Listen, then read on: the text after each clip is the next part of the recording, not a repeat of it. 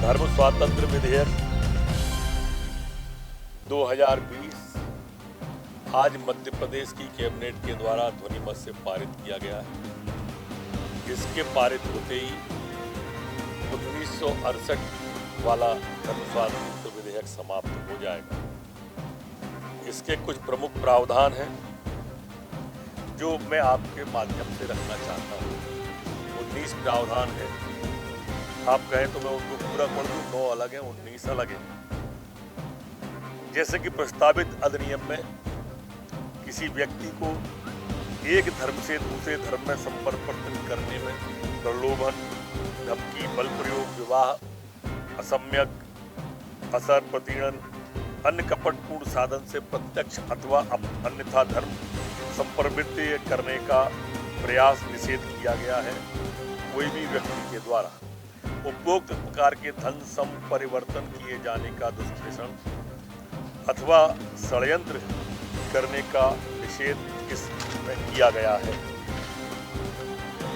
प्रस्तावित अधिनियम के अंतर्गत धर्म समर्पण के लिए विरुद्ध शिकायत परिवाद कोई पुलिस अधिकारी जांच अथवा अन्वेषण तब कर सकेगा जब धर्म संपरिवर्तित व्यक्ति या उसके माता पिता या भाई बहन संस्था के द्वारा शिकायत की गई हो या न्यायालय से अनुमति से धर्म संपरिवर्तित व्यक्ति से संबंधित रक्त, विवाह, दत्तक ग्रहण, संरक्षितता या अभिरक्षा में हो व्यक्ति की शिकायत पर कर सकेगा।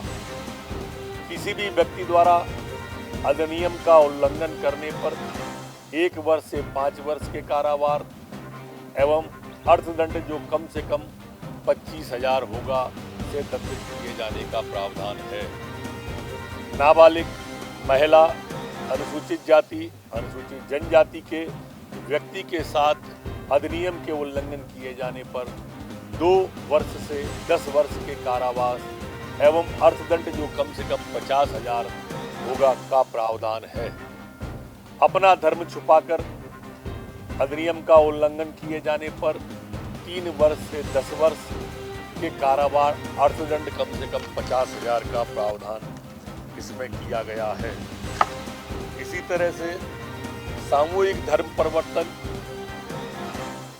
2 या 2 से अधिक व्यक्तियों का एक ही समय में धर्म परिवर्तन करके अधिनियम का उल्लंघन किए जाने पर 5 वर्ष से 10 वर्ष का कारावास एवं अर्थदंड जो कम से कम 1 लाख का होगा प्रावधान है। 1 से अधिक बार अधिनियम के प्रावधानों के विपरीत किए गए अपराध की स्थिति में कम से कम 5 वर्ष तथा अधिकतम 10 वर्ष का कारावास का प्रावधान है। अधिनियम के अंतर्गत धन संपरिवर्तन के आशय से किया गया विवाह अकृत एवं शून्य घोषित किए जाने का प्रावधान है। इस प्रयोजन के लिए कुटुंब न्यायालय में तथा जहां कुटुंब न्यायालय नहीं है वहां कुटुंब न्यायालय के अधिकार प्राप्त न्यायालय में आवेदन करने का प्रावधान है। प्रस्तावित अधिनियम के अंतर्गत स्वेच्छा से धर्म संपरिवर्तन की वांछा रखने वाले व्यक्ति तथा धार्मिक व्यक्ति जो किसी भी धर्म का हो को धर्म संपरिवर्तन आयोजित करने का आशय रखता हो को उस जिले में जिला मजिस्ट्रेट को जहां धन संपरिवर्तन संपादित किया जाना है वो 2 माह पूर्व घोषणा पत्र देना बंधनकारी होगा। धार्मिक व्यक्ति किसी भी धर्म से हो वो धन संवर्धन का आयोजन करता है। अधिनियम के तहत सूचना नहीं देने पर 3 से 5 वर्ष तक के कारावास तथा 50,000 तक के जुर्माने का इसमें प्रावधान किया गया है।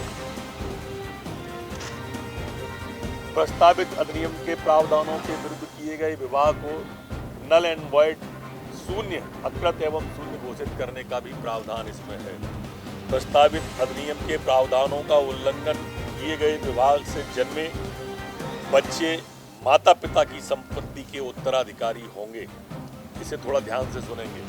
प्रस्तावित अधिनियम के प्रावधानों में उल्लंघन होने से अकृत, नल एंड वॉइड विवाह के संबंध में महिला तथा उसके बच्चों के भरण पोषण का हकदार भी प्रावधानित किया गया है। ये दोनों बिंदु ऐसे हैं जो देश में कहीं नहीं है।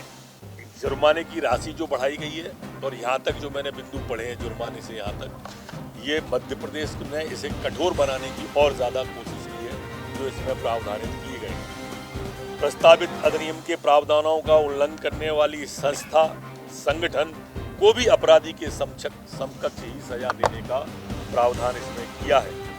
प्रस्तावित अधिनियम में सबूत का भार आरोपी पर होना प्रावधानित है। प्रस्तावित घटित अपराध को संज्ञेय तथा गैर जमानती घोषित किया गया है।